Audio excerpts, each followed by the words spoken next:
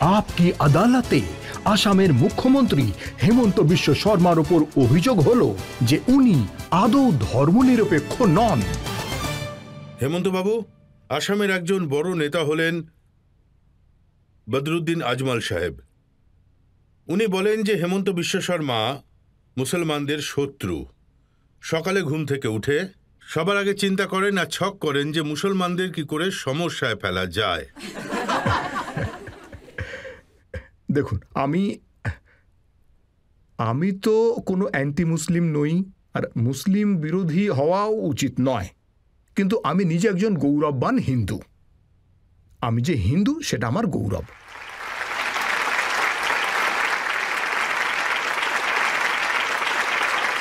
Proud Hindu হওয়ার মানে এটা থোড়াই হয় যে 600 মাদ্রাসা বন্ধ করে দাও, তারপর আরো 300 লিস্ট বানিয়ে ফেলো, তারপর সব মাদ্রাসা বন্ধ করো। হিন্দুরা চায় যে সবার যেন ভালো হোক। আমার চিন্তাধারা হলো যে মুসলমান ছেলে মেয়েরা মাদ্রাসায় গিয়ে নিজেদের জীবন কিন্তু নষ্ট করে দিচ্ছে। একজন শুদ্ধ সনাতনী হওয়ার দরুন আমি মুসলমানদের ভালোই চাই। সেই জন্যই আমি ভাবি যে মাদ্রাসাগুলোর বন্ধ হওয়াই উচিত। সমস্ত মুসলমান ছেলে মেয়েদের ডাক্তার ইঞ্জিনিয়ারই হওয়া উচিত। হেমন্ত বাবু, মুসলমানের ছেলে কি হবে, কি পড়াশোনা করবে সেটা আপনি বলে দেবেন, ওদেরই ভাবতে দিন না। ওনারাই তো সিদ্ধান্ত নেবেন, কিন্তু আমি যতটা আপনি মাদ্রাসা বন্ধ করে দিলে ওরা পড়বে কোথায়? ওদের বাবা মাদেরই তো সিদ্ধান্ত নিতে হবে। ইকোসিস্টেমটা তৈরি করা আমার কাজ। তাই আমি একটা ইকোসিস্টেম তৈরি করে দিয়েছি। ভাই, তোমাদের এখানে কলেজ আছে, স্কুল আছে, তোমরা গিয়ে ডক্টর ইঞ্জিনিয়ার হয়ে যাও। তো এই ইকোসিস্টেম তৈরি করাটা হলো আমার কাজ, সিদ্ধান্ত নেওয়াটা হলো ওদের বাবা মাদের কাজ। প্রতিটা মুসলমান তো আর পলিটিশিয়ান হয় না।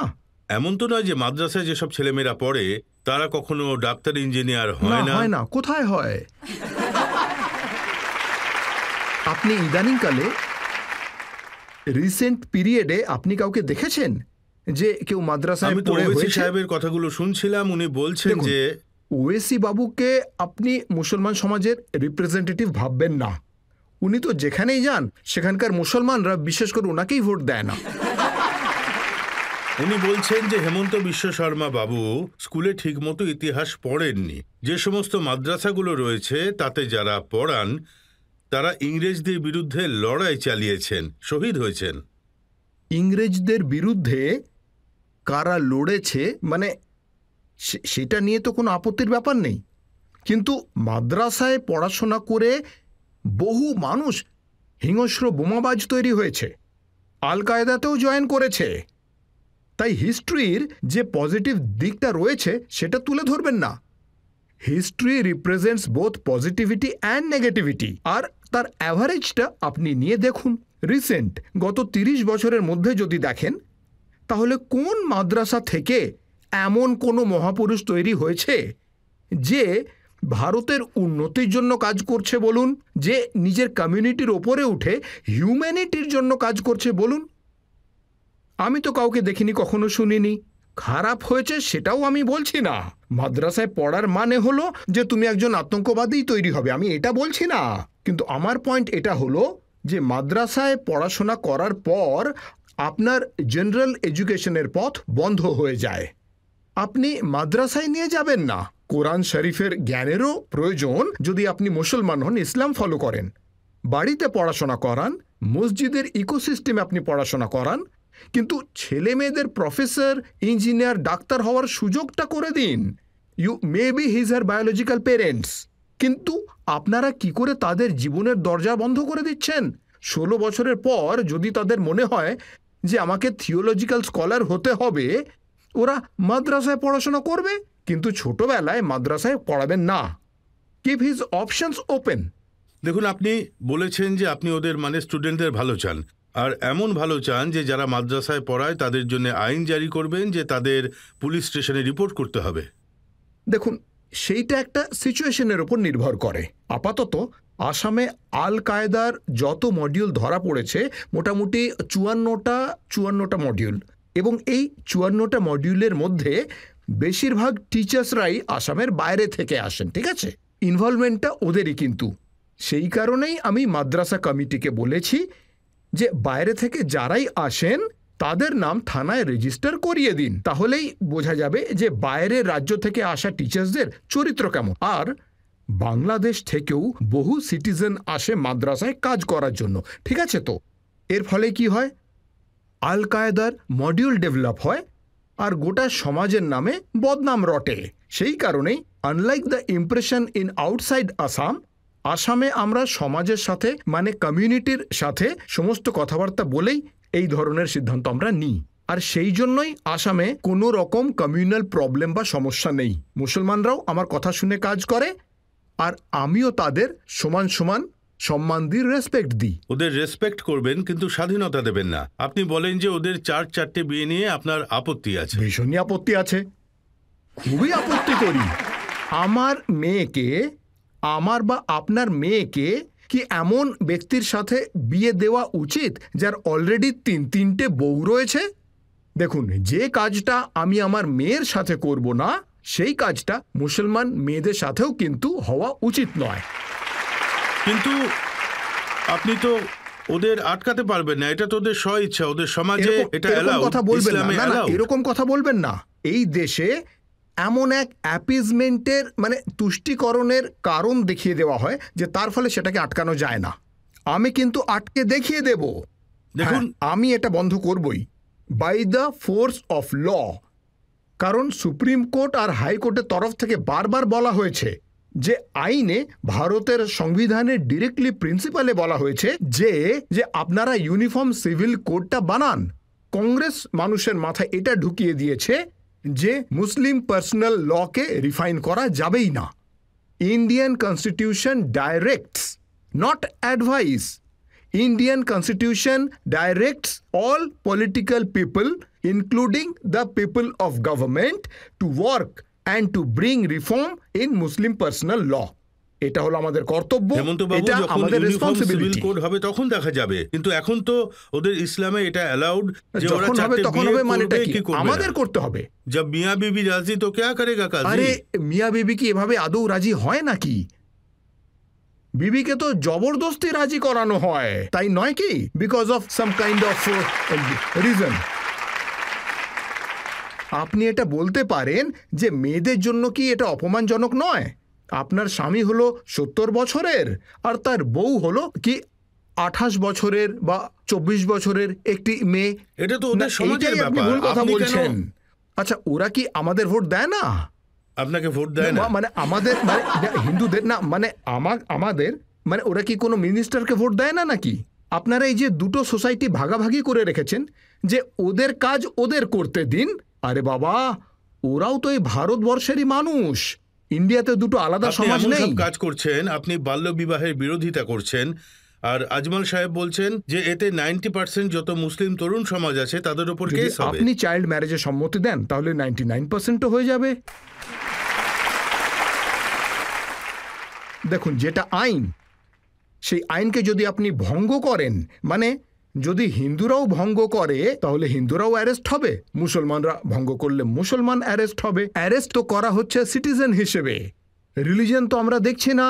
রিলিজিয়নের ধ্যান ধারণা হলো আজমলের, ওয়েসির, তাই না? এটা আমার ধ্যান ধারণা নয়। ওদের তো এটা পরামর্শ যে হিন্দু মেয়েদেরও অল্প বয়সে বিয়ে দিয়ে দেওয়া উচিত, কারণ যুগ পাল্টাচ্ছে। জানি তো, ওরা এই ধরনেরই কথা বলে। আপনি কি সেটা হতে দেবেন? ওরা যে হিন্দু মেয়েদের নিয়ে পরামর্শটা দিচ্ছে সেটা কি আপনি নিজে মেনে নিতে পারবেন বলুন? ওরা এই যে পরামর্শটা দিচ্ছে যে হিন্দু মেয়েদেরও অল্প বয়সে বিয়ে দিতে হবে, do you think they have some regard for human values? এই যে টিভির পর্দায় এসে ওনারা বলেন, আপনি ওদের ওদের চিন্তাধারাটা ভাবতে পারছেন কি? How they treat the girls, how they treat the other gender. কিন্তু মা এখন তো বলে দেখুন, মনেই করে না। কিন্তু এখন তো কর্ণাটকে দাবি উঠেছে যে স্কুলে কলেজে হিজাব নিয়ে যে নিষেধাজ্ঞা জারি করা হয়েছিল সেটা তুলে নেওয়া হোক। দেখুন, civilisational battles for values continuous for many years. আপনার সময় এলে আপনি শৃঙ্খল মুক্ত করে দেবেন, আমার সময় এলে আমি সেই শৃঙ্খলবদ্ধ করে দেব। ধর্ম একটা সময়কালেই এস্টাবলিশ হয় না। সেই জন্য আমাদের ভারতের সমস্ত জনগণের যাদের সনাতন ধ্যান ধারণা অধৈর্য হয়ে পড়ে, এই কাজটা কেন হয়নি, ওই কাজটা কেন হয়নি। এটা একটা দীর্ঘ লড়াই। ভারতের মানুষেরা রাম মন্দির তৈরি করার জন্য 500টা বছর কাটিয়ে ফেলেছে। এবার হিজাবের ব্যানটা ওঠানোর জন্য, মানে হিজাবের যে ব্যানটা, মানে স্কুলে উই আর নট अगेंस्ट হিজাব, ঘরে বাড়িতে হিজাব ব্যবহার করুন। আমি আপনার ধর্মীয় আচারের বিরুদ্ধে নই। সে দেখুন, আপনি বাড়িতে বা বাজারে আপনি হিজাব পরতে ভালোবাসেন বা এটা হলো একটা ধর্মীয় আচার, আপনি হিজাব ব্যবহার করুন, তাতে আমার কোনো আপত্তি নেই। কিন্তু স্কুলে যখন ফিজিক্সের ক্লাস চলছে তখন হিজাবের সুবিধে হবে কি হবে না? আর এটা বলুন যে একই ক্লাসে ইউনিফর্ম মিন্স হোয়াট, যে সেখানে কোনো ধর্মের ভাগাভাগি থাকবে না, পুয়ার রিচের ভাগাভাগি থাকবে না, গোটা ব্যাপারটার মধ্যেই একটা ইউনিফর্মিটি থাকবে। সেখানে আপনি এমন একটা জিনিস কেন আনবেন যেটা ইউনিফর্মের মূল ভাবনাটারই বিরুদ্ধে? তো এইটা আমি মনে করি, কারণ দেশে বা সমস্ত রাজ্যে নরেন্দ্র মোদীর বা বিজেপির শাসন কোনোভাবে স্থাপিত হয়নি। The battle for dharma still continues. আমরা এখন এর ক্লাইম্যাক্সে পৌঁছইনি। তাই সেই জন্যই কখনো ওরা বা কখনো আমরা, এটা চলতেই থাকবে। এই ধরনের কথা শুনে মনে হয় নাকি যে আপনি মুসলমান বিরোধী, কি করে? মুসলমানদের আমরা তো বিরোধিতা করেন? মুসলমান সমাজের তো এসে আমাকে অ্যাওয়ার্ড দেওয়া উচিত যে আমি তাদের মহিলা সমাজকে নিয়ে এত চিন্তা ভাবনা করি। আমি যদি মুসলমান ছেলেদের মেয়েদের বলি যে তোমাদের ডাক্তার ইঞ্জিনিয়ার হতে হবে, তাহলে কি আমি মুসলমান বিরোধী? আমি যদি বলি মুসলিম মেয়েদের একটাই স্বামী থাকা উচিত, তাহলে কি আমি মুসলিম বিরোধী? বলুন আপনি। হজরত মোহাম্মদ বলে গিয়েছেন যে ইসলামে মোনোগ্যামি ইজ এ রুল। হ্যাঁ, রুল, পলিগ্যামি ইজ এক্সেপশন। ইসলামের মত অনুযায়ী আল্লাহর উনি হলেন একমাত্র দূত, তাই তো? উনি একজন নবী। নবী বলে গেছেন মুসলমানদের মোনোগ্যামি করাই সঠিক, আর আপনি পলিগ্যামি প্র্যাকটিস করেন, তার রুলটা ঠিক কি? You have to take consent from the existing wife and that consent has to be voluntary. আচ্ছা, সেটা কি সমাজে হয়ে থাকে? হেমন্ত বাবু, ভারতের সংবিধান সবাইকে সম্মতি দেয় যে সে নিজের ধর্মকে, নিজের ভুল কথা জাতিকে এটা। না না, যেমন এটা ইচ্ছে একদম তারা। ভুল কথা, একদম ভুল কথা। এটা সংবিধানে সম্মতি দেয় না। সেইটাই তো আমি আপনাকে বলতে চাইছি। ডাইরেক্টলি প্রিন্সিপাল অফ স্টেট পলিসিতে আমি একজন রাষ্ট্রবিজ্ঞানের ছাত্র ছিলাম। যারা সংবিধান রচনা করেছেন ভারতের, আমাদের ইনস্ট্রাকশন তারা দিয়ে গেছেন যে আপনারা তাড়াতাড়ি সকলের জন্য ইউনিফর্ম সিভিল কোড চালু করুন, কারণ ভারতে একটা কমন স্ট্যান্ডার্ড রাখতে হবে on human values and human dignity. আমাদের সংবিধান কখনোই সেটা অ্যালাউ করে তো না। আপনি খুব তাড়াতাড়ি হিন্দু রাষ্ট্র তৈরি করতে চান? ভারত তো হিন্দু রাষ্ট্রই। এটাও কিন্তু একটা ভুল প্রশ্ন। ভারতকে আবার করে হিন্দু রাষ্ট্র তৈরি করার কোনো প্রয়োজন নেই। 6000 বছর ধরে ভারত হচ্ছে একটা হিন্দু সিভিলাইজেশন। ভারতে আর কি আছে?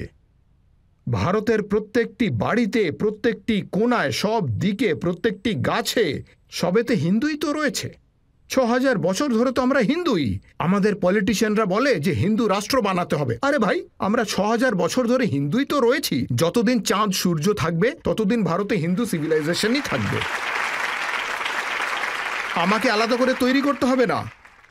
ঋষি মুনিরা হিন্দু সভ্যতার এত শক্ত বন্ধন তৈরি করে গেছেন যে সেটা কখনোই কেউ ছিঁড়তে পারবে না। সর্বধর্ম সৎভাবে বিশ্বাস করে। অবশ্যই, that is Y I am speaking for the কিন্তু ওয়েলফেয়ার অফ আপনি এমন মুসলিম। বলবেন যে এমন ভারত তৈরি করব যাতে বাবরের নাম থাকবে না, নিজাম কিস্তির কোনো হওয়াটা উল্লেখ উচিত থাকবে নয়, না। কারণ বাবর তো হলো একজন আক্রমণকারী। এখন বাবরের নাম কেন থাকবে? বাবর তো আক্রমণ করেছিল। একজন আক্রমণকারীর নাম থাকবে কেন? আক্রমণকারীর নাম হল অফ ফেমে থাকবেটা কেন? কিন্তু আমরা নাম এপিজে আব্দুল কালামে সবসময় নেব, সবসময় থাকবে। মুসলমানদের নিয়ে আমাদের কোনো রকম সমস্যা নেই। এপিজে আব্দুল কালামকে সমস্ত ভারতীয়রা প্রতিদিন পুজো করে। তিনি আমাদের আইডল। এমন অনেক মুসলমান আছেন যাদের আমাদের দেশে সবাই প্রতিদিন রীতিমতো পুজো করে, বুঝেছেন আপনি? কিন্তু বাবরকে তা বলে পুজো করতে বলবেন না, কারণ ও তো হলো আক্রমণকারী। দেখুন, আজমল সাহেব খুব ভালো কথা বলেছেন। উনি বলেছেন, মোদিবাবু বলেছেন ভারতের মুসলমানরা বিজেপিকে ভোট দিক, তাদের সাথে থাকুক। কিন্তু এই হেমন্তবাবু আর যোগী আদিত্যনাথ, এরা দুজন মুসলমানদের তাড়িয়ে দিচ্ছে। আমার ক্ষেত্রে দেখুন, আমি যেটা করছি 10 বছর পর, 15 বছর পর কি 20 বছর পর ততক্ষণ একটা সংঘাত হয়তো থাকবে, কিন্তু তারপর একটা সময় আসবে যখন মুসলমানরা শুধু বিজেপিকেই ভোট দেবে, বিশেষ করে মুসলমান মহিলারা আর কাউকে ভোট দেবে না। এই সংঘাত, এই লড়াইটা আরো 20 বছর চলতে দিন। একবার আপনি মুসলমান মেয়েদের পুরোপুরি স্বাধীনতা পেয়ে যেতে দিন, মানে তলাক থেকে মুক্তি, পলিগ্যামি থেকে মুক্তি, পড়াশোনা করার অধিকার, এই সমস্ত ইকোসিস্টেম যখন ওরা পেয়ে যাবে না, বিজেপির কোর ভোট ব্যাংক হবে এই মুসলমান মহিলারাই। হেমন্ত বিশ্ব শর্মা আর যোগী আদিত্যনাথের মধ্যে এই নিয়ে লড়াই চলছে যে নিজেকে সবথেকে বড় হিন্দু, মহান হিন্দু বলে প্রমাণ করবে। আমি তো একটা কথাই বলছি, যোগী বাবু হলেন অনেক বড় মাপের নেতা, আমার সাথে ওনার কোনো তুলনাই হয় না। আমি একটা ছোট্ট প্রদেশ থেকে এসেছি, কোথায় ইউপি আর কোথায় আসাম। দেখুন, আপেল আর কমলা লেবুর মধ্যে তুলনা করলে চলে না, এসব আপনি ছাড়ুন। আর আমি পণ করেছি যে আসামে আমি কাজ করে দেখাবো, কিছু করে দেখাবো।